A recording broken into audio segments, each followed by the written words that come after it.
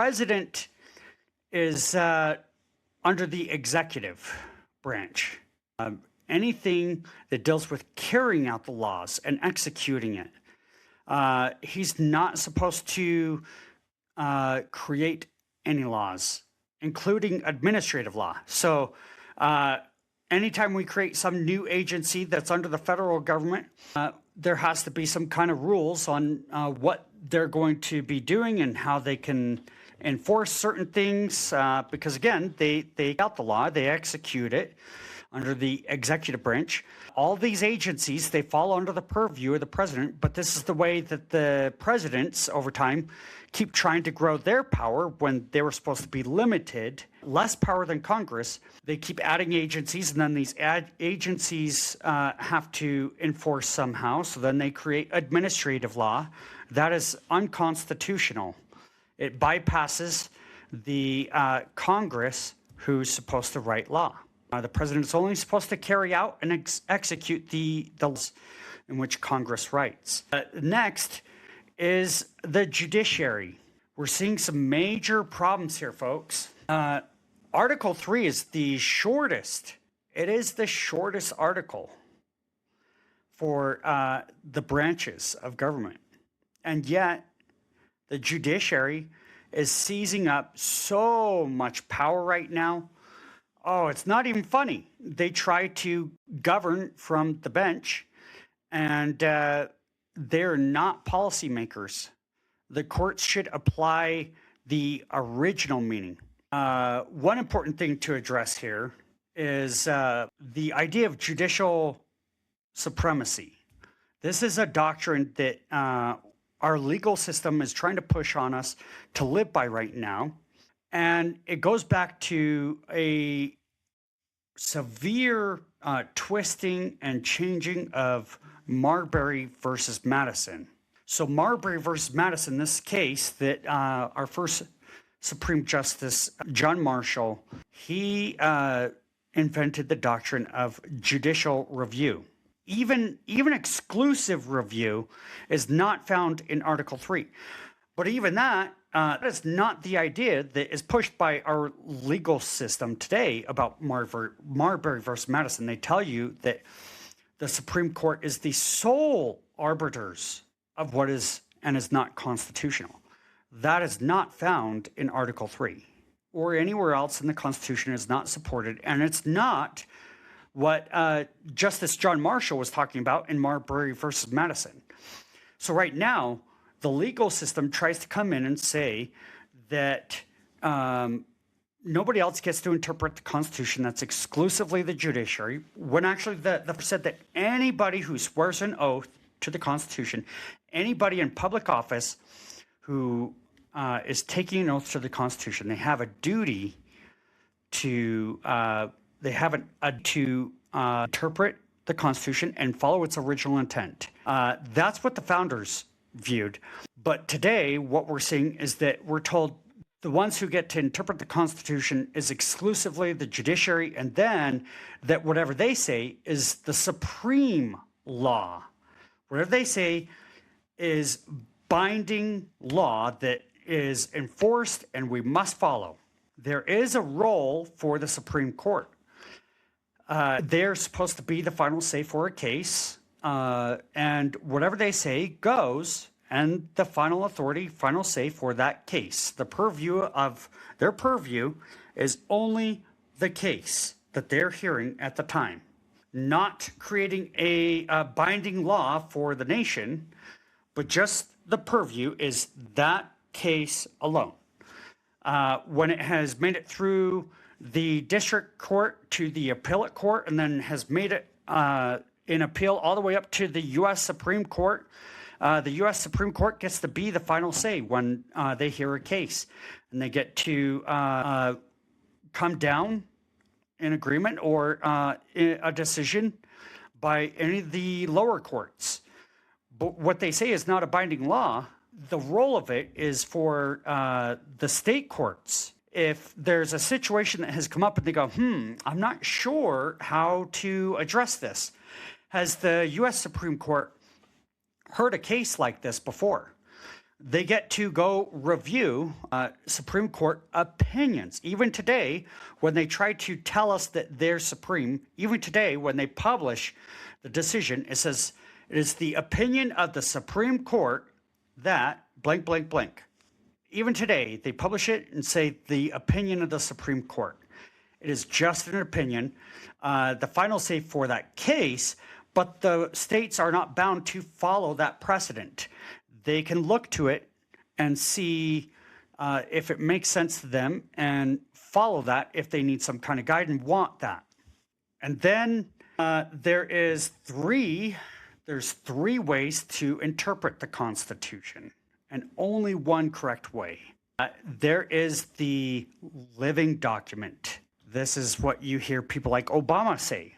The Constitution's a living document, and it just adjusts over time, and it just bends and shapes to the needs of the people, and adapts to the times, and it just means whatever we want it to, and whatever we want. This is absolutely not what the founders set up for us. It is binding, and it means what it means, says what it says, and it means what it means, and it's very clear with things like the Federalist Papers what their intent was. There's no mystery as to what they meant behind what they were writing. The other way of interpreting is textualism. This sounds better on the surface, but even this is a very false parameter to go about the Constitution. It sounds good at first, right? If I'm just trying to make a decision on constitutionality or something by simply reading the text alone, what could be wrong with that? Well, our understanding of certain words change over time. So again, if all you're doing is looking at text and not intent, then you're going to fall into a, once again, constitution that just bends and shapes over time. If I make a contract with you, let's say that I am entering some kind of agreement with you, and 10 years down the road, I come to you and I say, hey, I like this agreement. I want to change it. Times have changed. It's different times. And I want to follow my understanding of this agreement that we had. Is that how contracts work? That the original intent and purpose of the meaning we applied to a clause in a contract gets to just change over time? No. Now, we do have the ability to amend the Constitution if we feel necessary that we need to make changes. There is a process in which we can make changes, but until we follow the proper process to amend, then we must follow what it says in the Constitution and follow what the original framers intended for that to mean. And now we'll go over the major drifts that we're seeing in the Constitution and what we can do about it. So now we've gone over what the Constitution is, why we set it up, how it works, how it's structured. Now we're going to look at the major drifts we're seeing and then what we could do about it. So I want to show you guys a quote by Thomas Paine. This is a really good one. It says, "It is not because of a part of the government is elective that makes it less despotism if the person so elected possesses afterwards unlimited powers." That's a bunch of gobbledygook to some ears. It doesn't make it less a despotism. What he's saying here in plain English is that even if you elect somebody, if we're assuming that there's just unlimited power by the government, that they're not bound by specific defined authority or permissions, it doesn't matter who we have in office. Just because somebody is not abusing as much power as somebody else, if we're not constantly keeping government in check and limiting its power and authority to overstep, then unlimited power is what we're going to end up with. We went over the expansion of the Commerce Clause. This is an example of gross distortion that they're doing. And then also the Necessary and Proper Clause. We went over that, how they come to you and they say that anything that they think they believe is necessary, that they get to do it. Regardless of what permissions are actually listed for them, they say, this is what we think is necessary. And they constantly try to expand their power. It was John Adams who actually said that if you don't nip it in the bud, it becomes like a cancer. He compared it to cancer. You must catch it as soon as possible. Catch it as soon as possible, not years down the road when we get to vote the bum out again. That's not when you wait, because it's a cancer that will spread. That's what John Adams said. It is like a cancer, folks. We have to protest it and push back against arbitrary power immediately because it grows. They don't stop. If you give them an inch, they'll take thousands of miles. And right now, we're seeing an administrative state. They are trying to regulate everything in our lives. This is not the system that was set up for us. The executive branch was not supposed to be doing endless administrative law and executive orders. Congress right now is refusing to do its job, and what laws they do pass is not laws that they're authorized to do by the Constitution. And it's unelected bureaucratic power when administrative or the judiciary try to legislate and regulate your lives and try to make law when they are not allowed to make law. This is also going along with the judicial activism. Judges are supposed to be neutral and just follow the Constitution, not to be activists. They're not supposed to be pushing politics. And there's a podcast episode with Mark Skousen, economist. We talked about the Federal Reserve. The Reserve is not a federal bank at all. It is made up of private shareholders, 12 independent private banks and their shareholders that make up the Federal Reserve System. It is a private system of elite that run the country with the national bank. It is nothing government or federal. We need to come back to sound money. There's only one form of currency authorized by the Constitution, and that is gold and silver. And there's too much centralization right now in Washington, D.C. The states need to enforce the 10th Amendment. We've got to call on our states. I see way too many people thinking, well, I like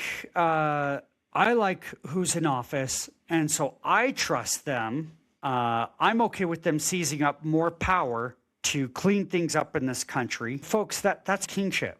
It doesn't matter if we think they're righteous, if we think they're good. We're not supposed to centralize everything to the federal government, even if we want a quick fix. I don't know how many times we have to see the issues that come from quote-unquote quick fixes. The Constitution was designed less to empower government and more to restrain it.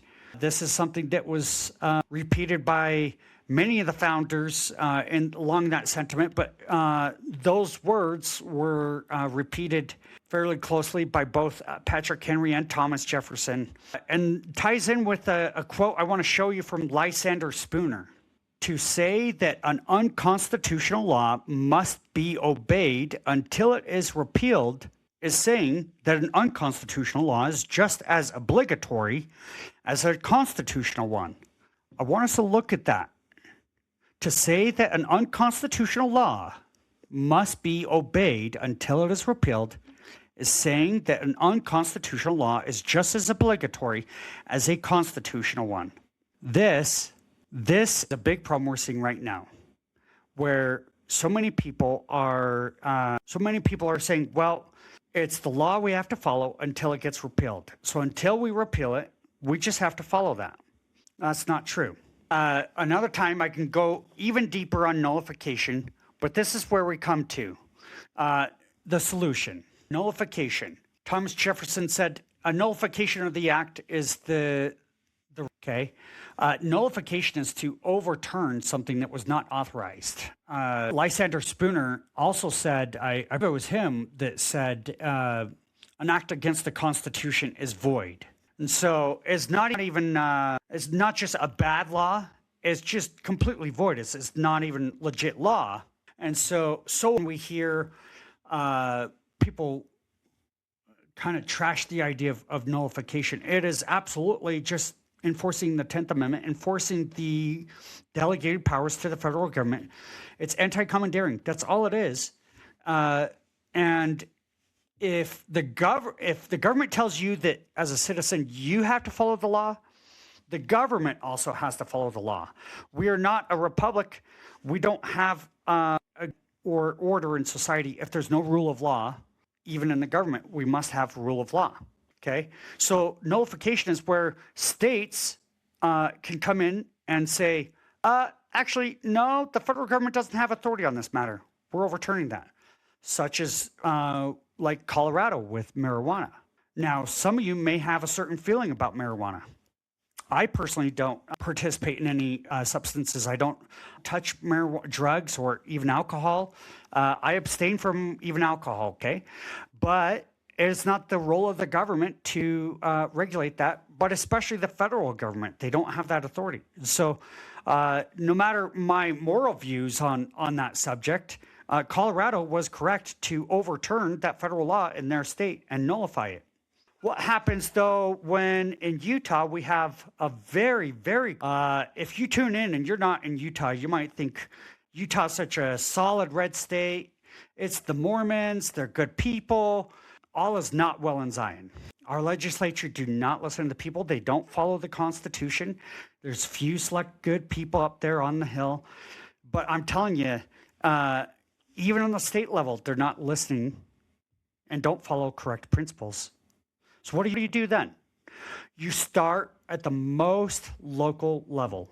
20 people writing Congress is not going to make a big difference. It's not going to make any sort of impact.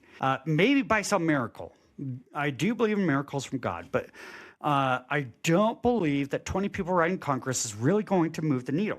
20 people writing the state legislature probably won't move the needle either.